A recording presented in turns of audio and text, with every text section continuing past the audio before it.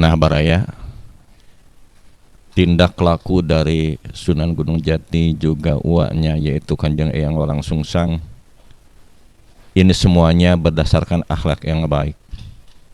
Ia datang ke Pajajaran tidak dengan cara menyerang dan tidak bermaksud untuk meruntuhkan kerajaan Pajajaran, tapi ia bermaksud untuk mengajak kepada agama Allah, ya. Dan itu pun tidak memaksakan diri.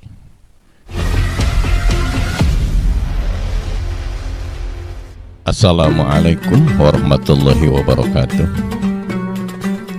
Bismillahirrahmanirrahim. Selamat berjumpa kembali Baraya dengan saya di sini di channel Jak Luhur. Apa kabar antum? Semoga sehat selalu dan selamanya diberikan kemudahan rezeki yang halal juga berkah. Pada kesempatan kali ini saya akan menjelaskan atau akan membacakan tentang awal runtuhnya kerajaan Pajajaran. Suatu saat Prabu Siliwangi mengutus Tumenggung Jagabaya beserta 60 wadyabala untuk menengok anak cucu yang berada di Cirebon. Tentu saja mungkin karena banyaknya wadyabala tersebut adalah untuk memberikan hadiah atau kiriman makanan, barang-barang kenang-kenangan dari seorang orang tua yang diberikan kepada anak cucu. Setelah Tumenggung Jagabaya beserta wadyabala yang 60 orang itu sampai ke Keraton Pakungwati Cirebon, maka disambutlah oleh Sunan Gunung Jati, Kanjeng Eyang Walang Sungsang, Nyai Roro Santang, juga Dewi Pakungwati. Semuanya tersenyum melihat keadaan perwakilan yang datang dari kakeknya sendiri, yaitu Sri Paduka Maharaja Prabu Siliwangi.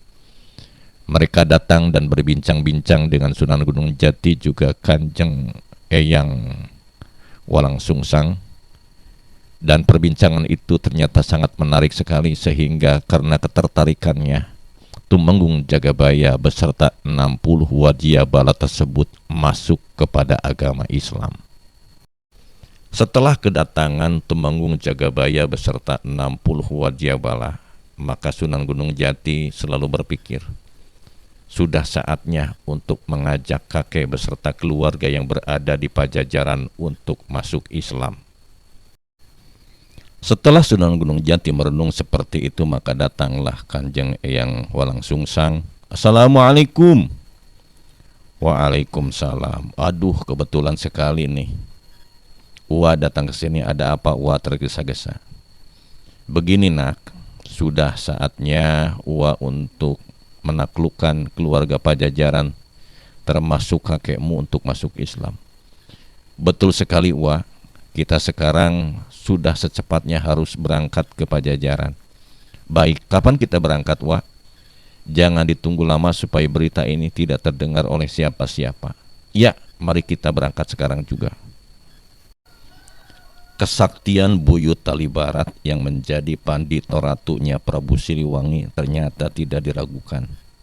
Ia warus sedorong winarah karena mengetahui rencana keberangkatan Sunan Gunung Jati dengan uaknya Sri Manggana.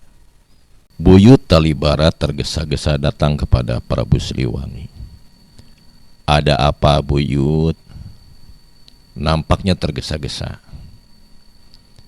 Begini Kanjeng Prabu, sekarang anak cucumu dari Cirebon akan datang ke sini. Ia akan mempengaruhimu juga sanak keluarga di Pajajaran untuk masuk kepada agama Islam. Kamu jangan tertarik dan terbius oleh agamanya Muhammad. Karena sejak lama kita sudah memegang agama sastra Jendra Ayuningrat yang sudah lama sejak dulu dipus diamalkan. Sekarang kamu berangkat dari sini. Maka pada saat itu juga Prabu Siliwangi terpengaruhi oleh Buyut Tali Barat dan ia ngahyang menghilang dari keraton Pajajaran. Kemudian Buyut Tali Barat mengeluarkan aji kesaktiannya, yaitu dengan cara menancapkan sebuah ajimat yang bernama lidi lanang atau lidi lelaki.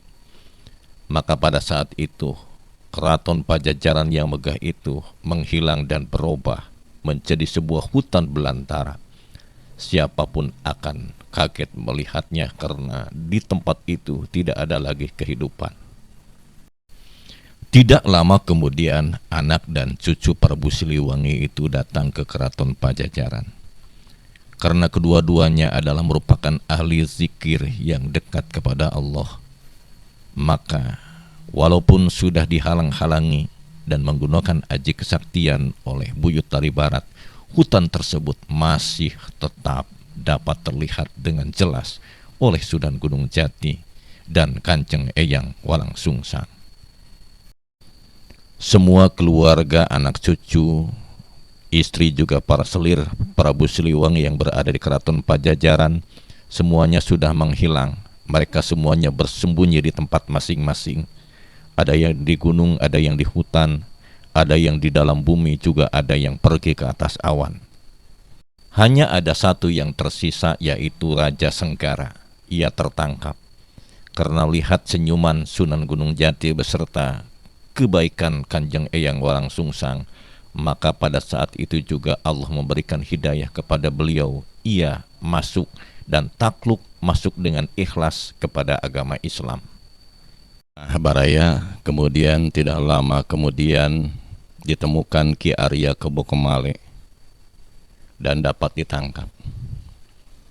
Setelahnya berbincang dan diajak dirayu oleh Sunan Gunung Jati dan Kanjeng Eyang Walang Sungsang untuk masuk Islam, ternyata hidayah itu tidak bisa dibeli. Semuanya adalah merupakan kersane Gusti Allah. Ki Arya Kebo Kemale walaupun diajak oleh seorang waliullah, ia tetap hatinya keras tidak mau masuk Islam. Ia berjanji mengatakan bahwa akan masuk Islam nanti di akhir zaman. Baiklah, kalau kamu sekarang tidak mau masuk Islam sekarang, syaratnya kamu harus kemit dulu atau menunggu berada di Cirebon dan takluk di bawah pimpinan Cirebon. Dan akhirnya tetap walaupun tidak masuk Islam, Ki Arya Kebo Kemale mengabdi kepada Sunan Gunung Jati dan sayang kepada Kanjeng Eyang Walang Sungsang. Tinggal saatnya Sunan Gunung Jati beserta Kanjeng Eyang Walang Sungsang mencari Patih Argatala. Seputar keraton sudah tidak dapat ditemukan dan beliau ditemukan di sebuah pegunungan berada di Semak Belukar. Dan aji kesaktian yang digunakan oleh Patih Argatala semacam ilmu halimunan tidak mempan karena Sunan Gunung Jati beserta Kanjeng Eyang Walang Sungsang masih tetap melihat beliau. Sunan Gunung Jati berkata, Patih Argatala, kenapa kamu diam di hutan seperti ini? Kamu seperti siluman saja. Maka pada saat itu Patih Argatala sudah tidak bisa menampakkan dirinya seperti manusia karena ucapan wali itu adalah merupakan wakil dari Allah Subhanahu wa Ta'ala. Dan pada saat itu Patih Argatala ketika diajak masuk Islam, ia tidak mau masuk Islam. Ia mengatakan kelak kemudian hari nanti di akhir zaman akan masuk Islam. Baiklah, kalau kamu tidak mau masuk Islam sekarang, tunggu saja di Cirebon di sana. Maka berangkatlah Patih Argatala menuju Cirebon. Sunan Gunung Jati saat itu mencari di Pati Siput dan dapat ditemukan di sebuah hutan belantara. Di Pati Siput ditanya oleh Sunan Gunung Jati, kenapa di Pati Siput kamu diam di hutan seperti itu, seperti binatang saja? Omongan seperti itu menjadi ucapan yang sangat pahit, karena di Pati Siput saat itu juga menjadi seekor binatang, harimau putih, sedangkan para pengikutnya menjadi harimau yang belang. Ketika Kanjeng Eyang Walang Sungsang dengan Sunan Gunung Jati mengajak untuk masuk Islam, maka di Pati Siput menolak dan ia rela memilih menjadi harimau saja. Dan kemudian hari nanti ia berjanji akan masuk Islam dan tetap ia akan mengabdi kepada Cirebon, yaitu kepada Sunan Gunung Jati, kepada keluarganya, juga kepada Kanjeng Eyang Walang Sungsang. Itulah yang namanya hidayah. Tidak bisa dibuat oleh manusia, tapi Allah lah yang menentukan. Lalu Jeng Sunan Gunung Jati memasuki keraton Pajajaran lagi, mendekati para pembesar dan para kerabat yang anut kepada agama Islam. Jeng Sunan Gunung Jati memanggil Sang Rama paman Raja Senggara dan berkata, Rama, seyogyanya mengosongkan keraton Pajajaran. Akan tetapi Rama Raja Senggara jangan berdiam di keraton. Oleh karena Eyang Prabu tidak mau masuk Islam, semoga Sang Rama mau bermukim di lain tempat. Karena keraton Pajajaran sudah pasti menjadi hutan. Hanya ini balai tempat duduk Sang Rama Prabu. Saya mohon supaya dibawa ke Cirebon dan alat-alat pedang keris tombak. Maka pada saat itu Raja Senggara mematuhi permintaan sang putra. Seluruh para putra Prabu Siliwangi tidak bermukim lagi di keraton Pajajaran karena sudah menjadi hutan, dan para putranya menyebar menjadi 18 tempat.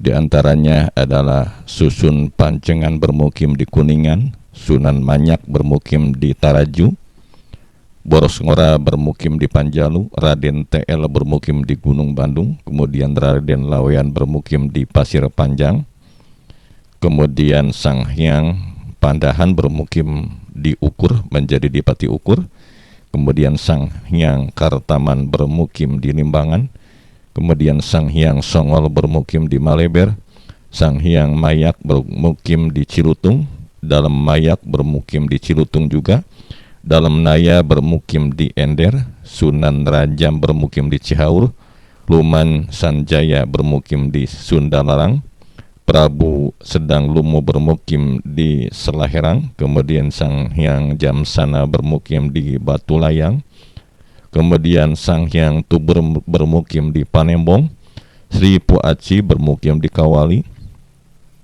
kemudian Taji Malela bermukim di Sumedang, Kahyangan yang menurunkan kepada menak-menak di Sumedang, juga Ciasem, Cianjur, di Bogor, dan di Kerawang. Itu semua adalah turunan dari Taji Malela. Nah Baraya, tindak laku dari Sunan Gunung Jati juga uaknya yaitu Kanjeng Eyang Walang Sungsang, ini semuanya berdasarkan akhlak yang baik. Ia datang ke Pajajaran tidak dengan cara menyerang dan tidak bermaksud untuk meruntuhkan kerajaan Pajajaran, tapi ia bermaksud untuk mengajak kepada agama Allah, ya. Dan itu pun tidak memaksakan diri. Nah oleh karena itu, dalam riwayat ini bukan berarti seorang anak durhaka terhadap orang tua, ya. Karena akhlak sudah diutamakan dan kewajiban sudah diutamakan. Adapun ia mendapatkan hidayah atau tidak, itu semuanya merupakan petunjuk dari Allah Subhanahu wa Ta'ala. Benar dan salahnya cerita ini wallahu alam. Yang penting kita ambil hikmahnya dari cerita ini, kemudian ambil filsafat yang baiknya, kemudian yang salahnya kita tinggalkan. Saya Abu Jamjam dari Jejak Leluhur mengucapkan terima kasih. Billahi taufiq wal hidayah. Wassalamualaikum warahmatullahi wabarakatuh.